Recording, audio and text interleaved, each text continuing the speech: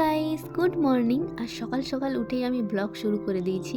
আর এখন এত ঠান্ডা লাগছে, কিছু বলার নেই। তবুও এই ভিডিওটা কিছুদিন আগের, আমারই ভিডিও আপলোড করতে একটু লেট হয়েছে, কারণ গাইস আমি এডিট করার সময় পাই না। আর আমি এই কথাটা কতবার যে বলি, আর প্রতিটা ভিডিওতেই বলি যে আমি ভিডিও এডিট করার সময় পাই না, সত্যিই সময় পাই না। আর আমি অনেক দিন পর পর ভিডিও এডিট করি, যখনই সময় পাই তখনই চেষ্টা করি ভিডিও এডিট করে রেখে দেওয়ার, তারপর তোমাদের সাথে শেয়ার করার। তো এটা হচ্ছে অন্য দিনের মতোই আর একটা ভিডিও। তো আজকে হচ্ছে আমি কলেজ যাব, তার জন্য এখানে আমি জামাটা আয়রন করব। আর দেখতে পাচ্ছ এখানে আমি দেখে নিচ্ছি আয়রনটা কতটা গরম হয়েছে। আর আমাকে একজন কমেন্ট করে জিজ্ঞেস করছিল যে আমি কোন কলেজে পড়ি।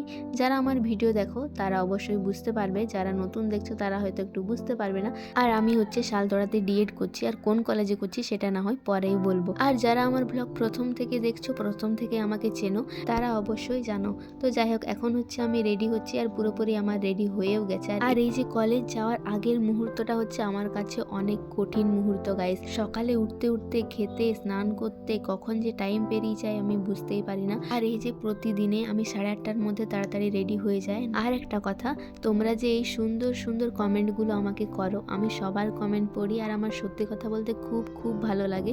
সবাইকে অনেক অনেক থ্যাংক ইউ এত ভালোবাসার জন্য। সবসময় হয়তো কমেন্টে রিপ্লাই দেওয়া হয় না, কিন্তু আমি সবারটাই পড়ি। তোমরা এভাবেই কমেন্ট করতে থাকো, আমি এরকমভাবেই কোনো না কোনো ভিডিওতে তোমাদেরকে ঠিক রিপ্লাই দেবো। তো এভাবেই তোমরা পাশে থাকো, তোমরা পাশে থাকলে গাইস অনেক কিছুই হবে আমি জানি। তো সাথে থাকো। আর দেখো, বকবক করতে করতে রেডি হয়ে বেরিয়েও পড়েছি।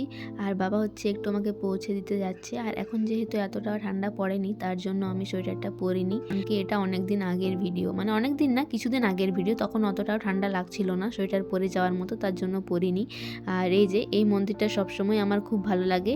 প্রথমবার যখন আমরা এসেছিলাম তখন একবার মন্দিরটায় ঢোকা হয়েছিল, তারপর ঢোকা হয়নি। আর এখানে না অনেকগুলো গাঁদা ফুল লাগিয়েছে, তো ফুলগুলো হোক তখন আরেকবার মন্দিরটায় ঢুকবো, তখন তোমাদের সাথে আরেকবার শেয়ার করব ওখানের জায়গাটা। আর এখন হচ্ছে আমরা বাস থেকে নেমে হেঁটে হেঁটে যাচ্ছি। আর এইখানে যে জমিটা দেখতে পাচ্ছ, এখানে কিছুদিন আগেই দেখলাম আমরা ধান লাগালো, আর এখন হচ্ছে ধানগুলো পেকে গেছে, ধানগুলো কাটা চলছে। আর আজকে হচ্ছে গাইস কলেজে আমরা খুব কম জন স্টুডেন্টস গেছিলাম।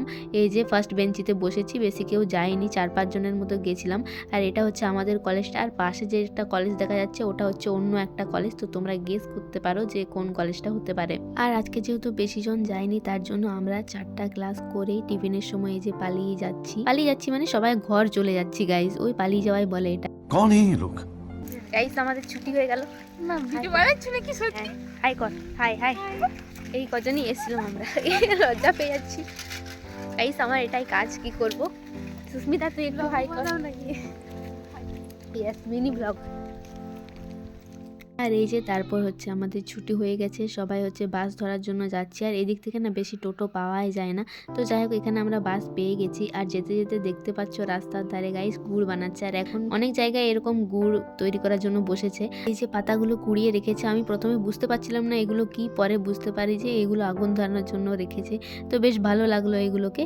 তারপর হচ্ছে এই যে বাস থেকে নেমে আমি হচ্ছে ঘর হেঁটে হেঁটে যাচ্ছি। আর প্রথম যখন কলেজ যেতাম এত ক্লান্ত লাগতো, কলেজ থেকে এসে পুরো আর কি শুয়েই থাকতাম, মানে পড়তেও পারতাম না, এত ক্লান্ত লাগতো। কিন্তু এখন যেহেতু কলেজ যেতে যেতে অভ্যাস হয়ে গেছে, তো এখন আর সেরকম কোনো প্রবলেম হয় না। আর আজকে হচ্ছে বিকেলে হচ্ছে আমি একটু বেরিয়েছিলাম, আর খুব একটা দরকার না থাকলে আমি বাড়ি থেকে সেরকম একটা বেরোই না। তো আজকে আমার যেহেতু অনেকটাই দরকার ছিল, তার জন্য আমি বেরিয়ে গেছিলাম।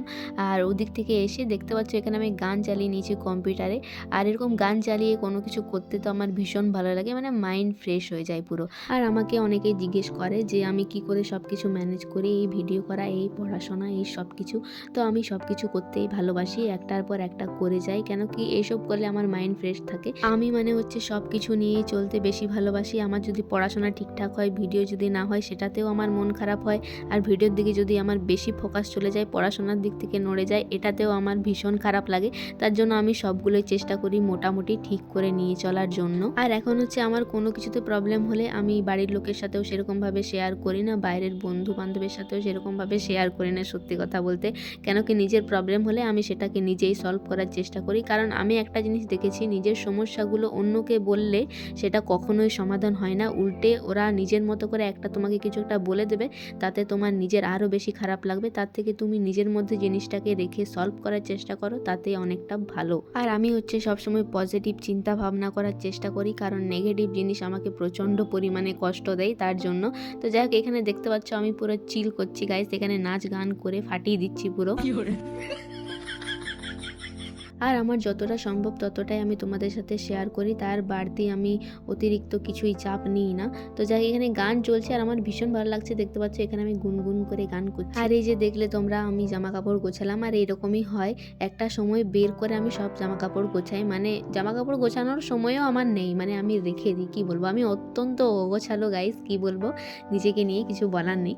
তো যাই হোক, এখন হচ্ছে আমাদের ঘুগনি রান্না হচ্ছে আর আজকে আমরা এটাই খাবো। তো তারপর আমি সেরকম আর ব্লগ করিনি, তো এই ব্লগটা এই পর্যন্তই। তো চলো, দেখা হবে নতুন আরেকটা কোনো ব্লগে। তো সবাই ভালো থেকো, সুস্থ থেকো, বাই।